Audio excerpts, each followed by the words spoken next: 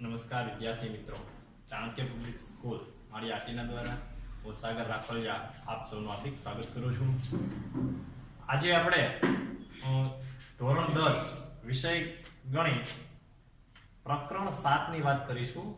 યામ ભૂમિતિ. તમે ધોરણ 9 ની અંદર યામ ભૂમિતિ શીખી ગયા છો.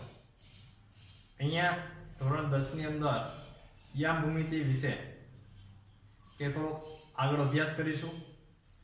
તો જોઈએ તો કે આ ચેપ્ટર ની અંદર આપણે શું શીખવાનું છે.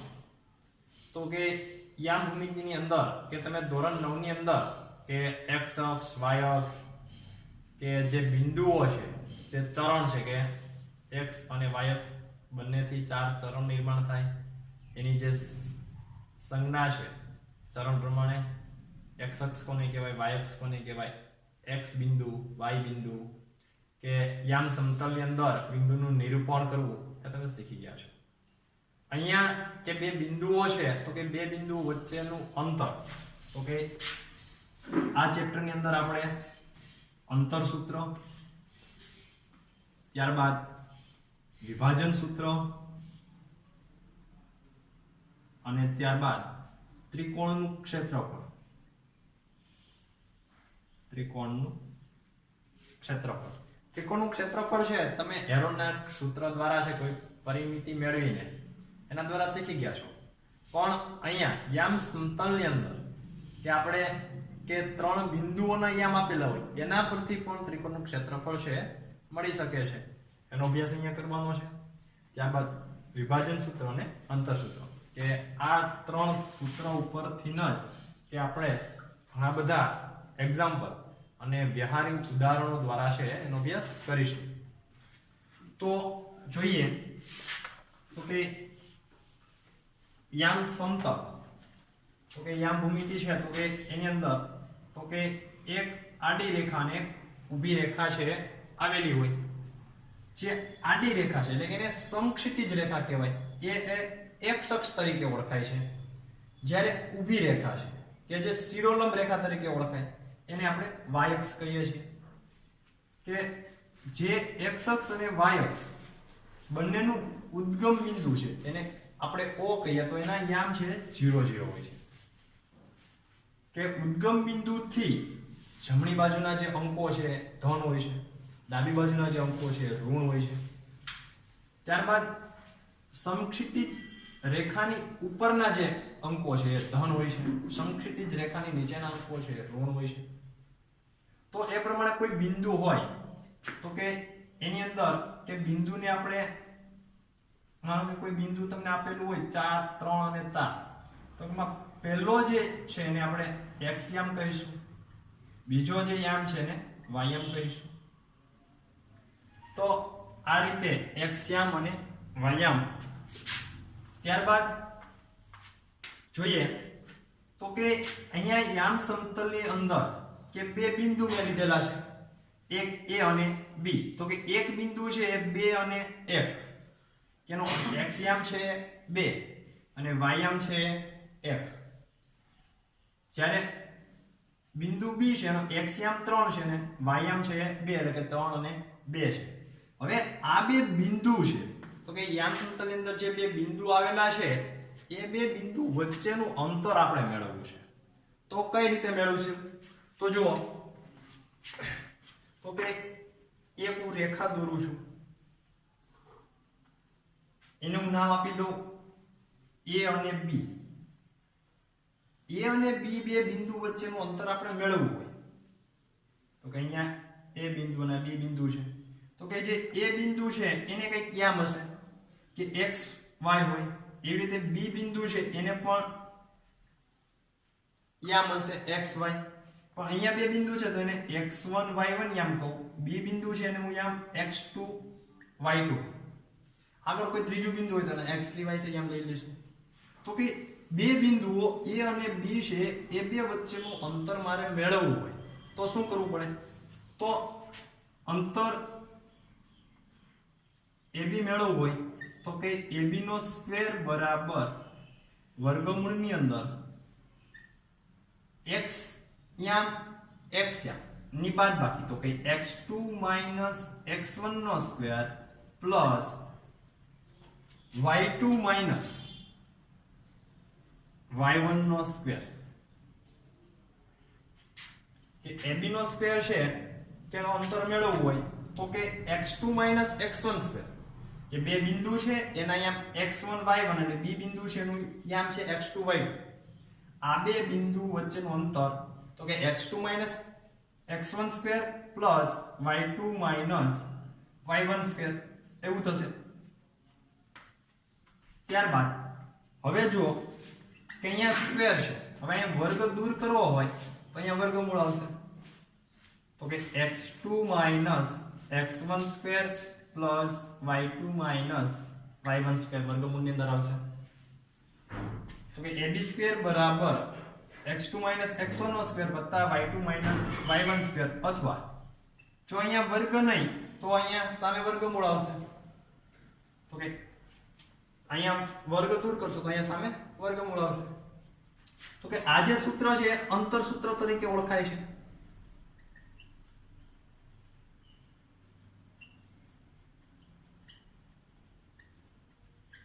તો અંતર છે તો અહીંયા પ્રશ્ન એમ થાય કે અહીંયા વર્ગ દૂર કરીએ તો કે સામે તો પ્લસ ઓર માઈનસ આવશે પણ અંતર હંમેશા કેવું હોય ધન હોય છે અંતર ક્યારે ઋણ હોતું નથી એટલે કે અહીંયા આપણે માત્ર ને માત્ર પોઝિટિવ સાઇન લેશું પોઝિટિવ સાઇન આપણે દર્શાવતા નથી એટલે કે ab બરાબર વર્ગમૂળની અંદર x2 x1 square plus y2 y1 square આ અથવા તો આ બંને કોઈ પણ સૂત્રનો ઉપયોગ છે આપણે કરી શકીએ છીએ તો મહત્વનો એક પોઈન્ટ લખી લઈએ તો કે અંતર સૂત્ર કે અંતર હંમેશા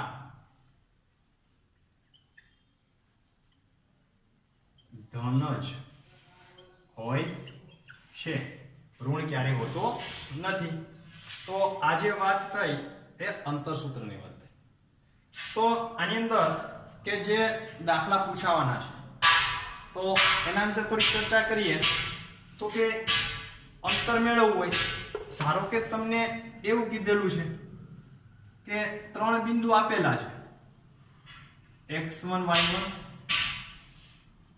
x2 y2 અને x3 y3 ત્રણ બિંદુ આપેલા હોય a b અને c ત્રણ બિંદુ આપેલા છે a b અને c કે આ ત્રણ બિંદુઓ સમરેખ છે કે નહીં એવું કે તો એના માટે શું તો કે ધારો કે ત્રણ બિંદુઓ સમરેખ તો સમરેખ કોને કહેવાય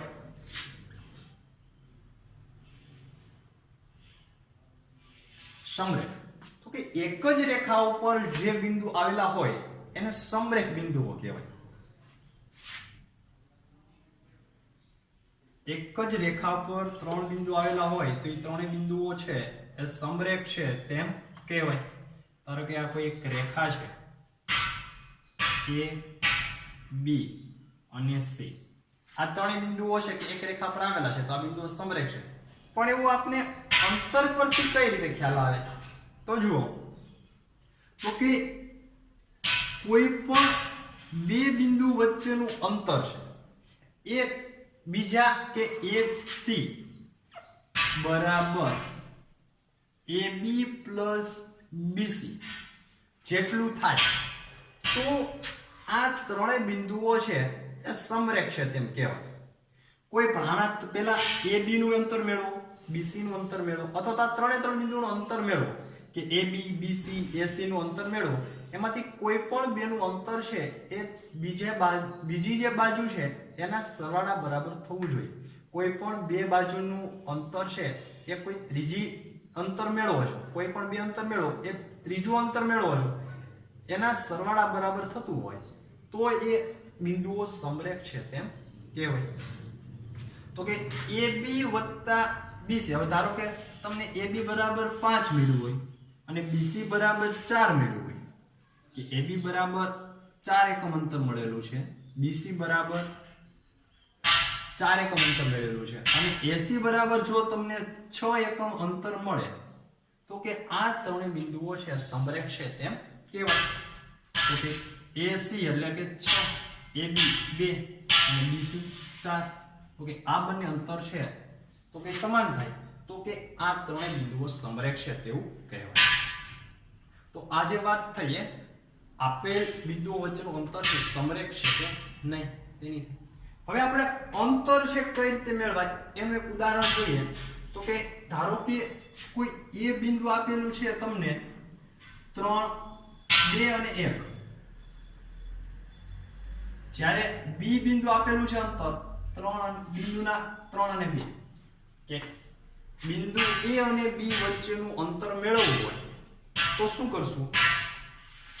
તો જુઓ, તો કે આપણે બિંદુ એ આપેલું છે 2, 1 અને બિંદુ બી આપેલું છે આપણે 3 અને 2. આ બે બિંદુ વચ્ચેનું અંતર મેળવો. તો એ x1 y1 બરાબર શું થશે? 2, 1 અને b x2 y2 બરાબર b 3 અને 2. તો અંતર મેળવું તો ab² બરાબર ચોઈસ સ્ક્વેર આવે તો વર્ગમૂળ નહીં આવે. ab² બરાબર શું થશે? તો કે x2 x1² plus y2 y1². x2 x1² plus y2 y1². તો જુઓ x2 કોણ 3, x1 કોણ 2 નો સ્ક્વેર પ્લસ y2 2 y1 1. તો 3 - 2 નો સ્ક્વેર 3 - 2 એટલે 1 નો સ્ક્વેર પ્લસ 2 - 1 1 નો સ્ક્વેર. તો 1 નો સ્ક્વેર 1 પ્લસ 1 નો સ્ક્વેર 1. તો 1 + 1 કેટલા થશે? 2 એકમ. તો કે આ બે બિંદુ વચ્ચેનું અંતર છે કેટલું છે? 2 એકમ અંતર છે આવેલું છે. તો આ જ પ્રમાણે અહીંયા તમને કોઈ બિંદુ આપેલા હોય તો કે a 1 2 3 2 અને 0 4 આવા બિંદુ આપેલા હોય તો કે પહેલા શું કરવાનું કે AB નું અંતર મેળવો, ત્યારબાદ BC નું અંતર મેળવો અને ત્યારબાદ AC નું અંતર મેળવો. તો આનું જે તમને અંતર મળશે એ કેવું મળશે? તો કે AC બરાબર AB પ્લસ BC જેટલું થશે. એટલે કે આ બિંદુઓ છે એ સમરેખ છે. ત્યારબાદ વાત કરીએ તો ત્રિકોણ.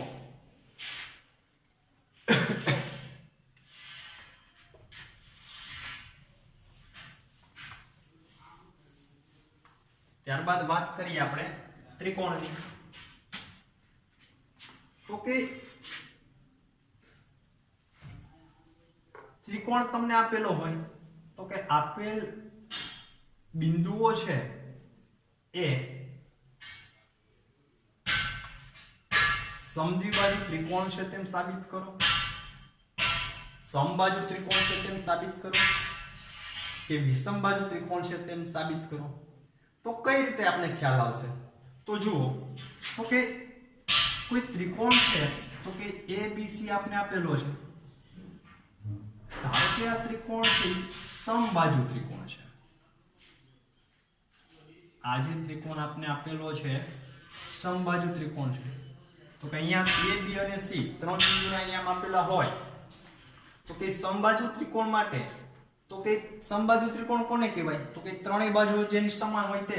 તો કે સમબાજુ ત્રિકોણ માટે શું થશે? તો કે AB બરાબર BC બરાબર AC.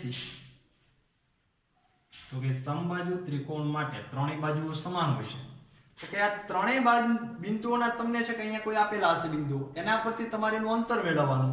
તો કે AB BC અને AC ત્રણેયના અંતર જો તમને સમાન મળે તો આ ત્રિકોણ છે સમબાજુ ત્રિકોણ છે તેમ કહેવાય. આગળ વાત કરીએ બીજા ત્રિકોણની.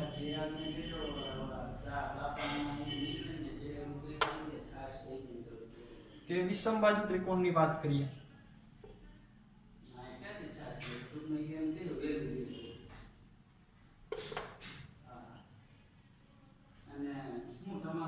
કે આ ત્રિકોણ છે કે A B અને C આપેલો છે કે સમદ્વિબાજુ ત્રિકોણ, સમદ્વિબાજુ ત્રિકોણ. તો સમદ્વિબાજુ ત્રિકોણ કોને કહેવાય? કે જે ત્રિકોણ છે ની બે બાજુ સમાન હોય એને સમદ્વિબાજુ ત્રિકોણ કહેવાય. તો કે AB અને AC આ બંને બાજુ સમાન છે, તો કે AB બરાબર AC. જ્યારે ત્રીજી બાજુ છે સમાન નથી, તો કે બરાબર નથી, એટલે કે નોટ ઇક્વલ BC. તો કે આ જે કે AB અને AC બંનેનું અંતર સમાન થતું હોય પણ BC નું અંતર છે એ આ બે બાજુ જેટલું ન થતું હોય, તો આ જે ત્રિકોણ છે એ સમદ્વિબાજુ ત્રિકોણ છે તેમ કહેવાય. આગળ બીજો ત્રિકોણ જોઈએ.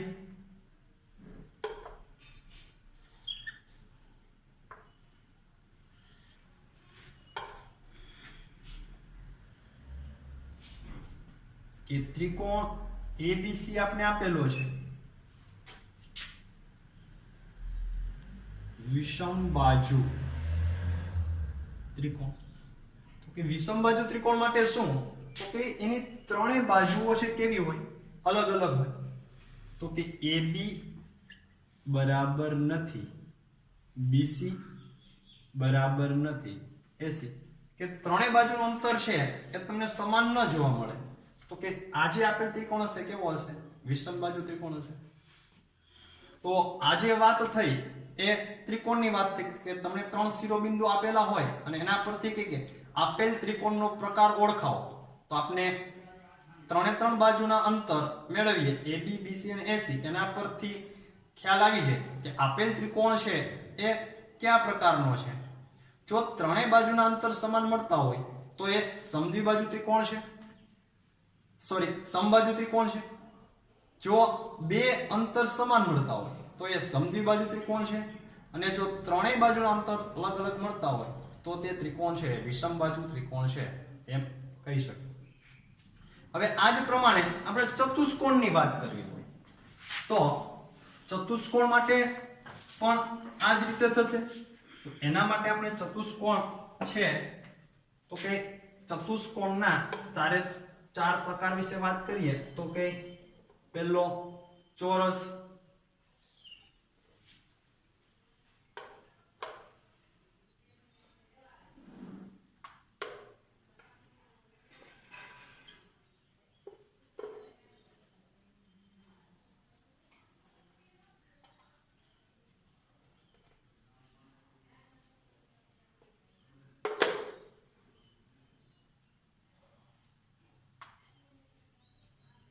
અહીંયા ચતુષ્કોણ એટલે કે ચોરસ.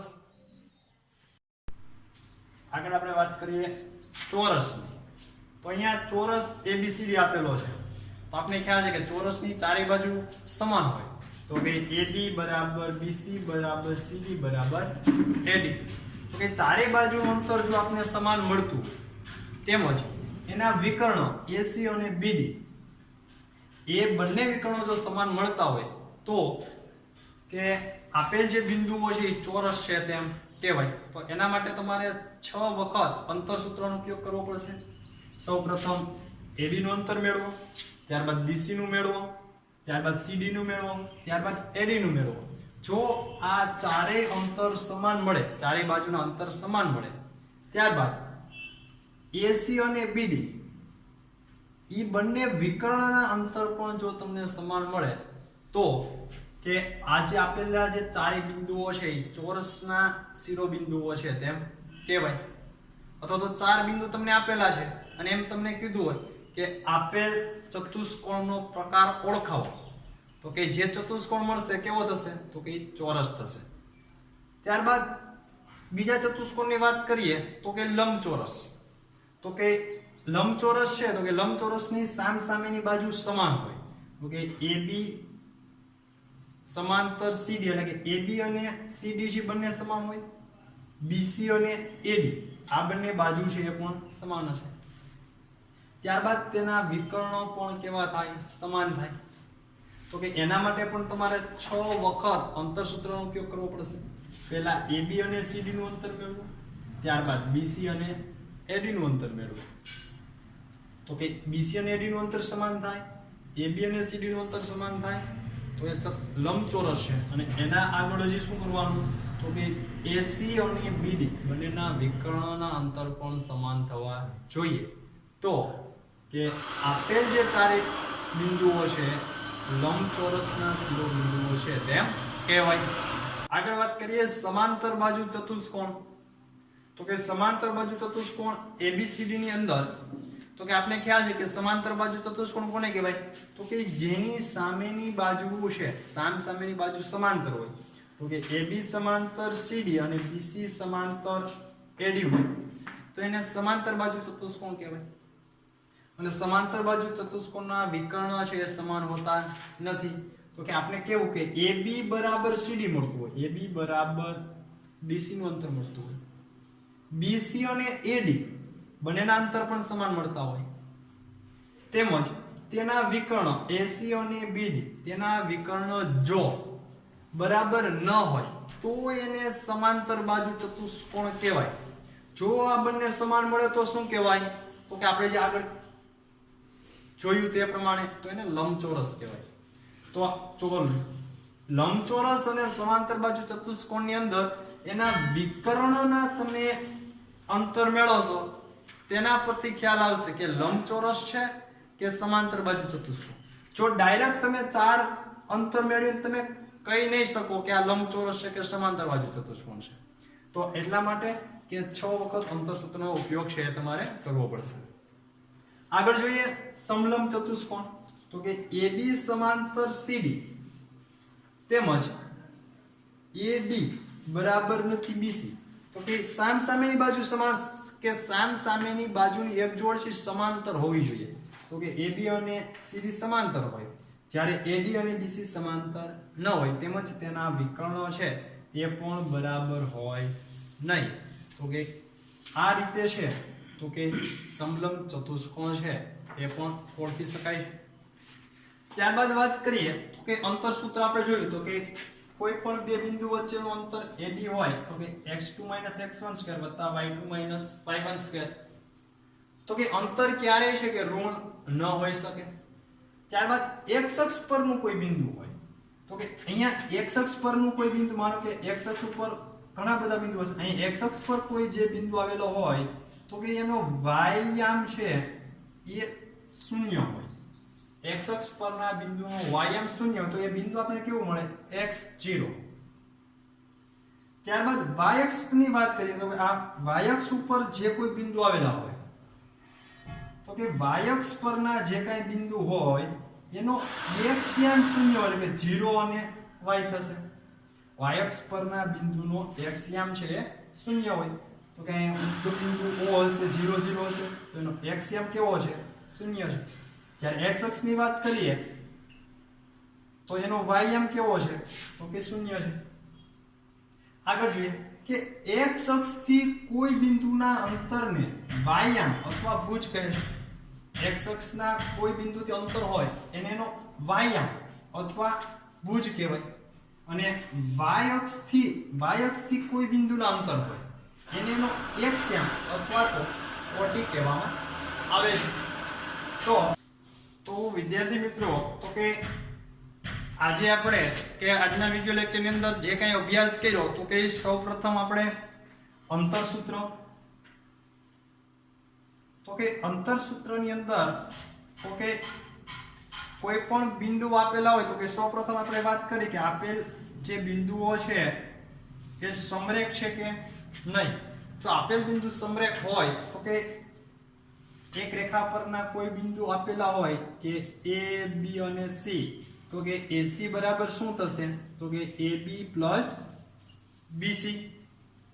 ત્યારબાદ આપણે વાત કરી ત્રિકોણના પ્રકારની તો કે અંતરસૂત્રનો ઉપયોગ કરીને આપણે કહી શકીએ કે આપેલ ત્રિકોણ છે એ સમબાજુ ત્રિકોણ છે, વિષમબાજુ ત્રિકોણ છે કે સમદ્વિબાજુ ત્રિકોણ છે. ત્યારબાદ વાત કરીએ આપણે ચતુષ્કોણના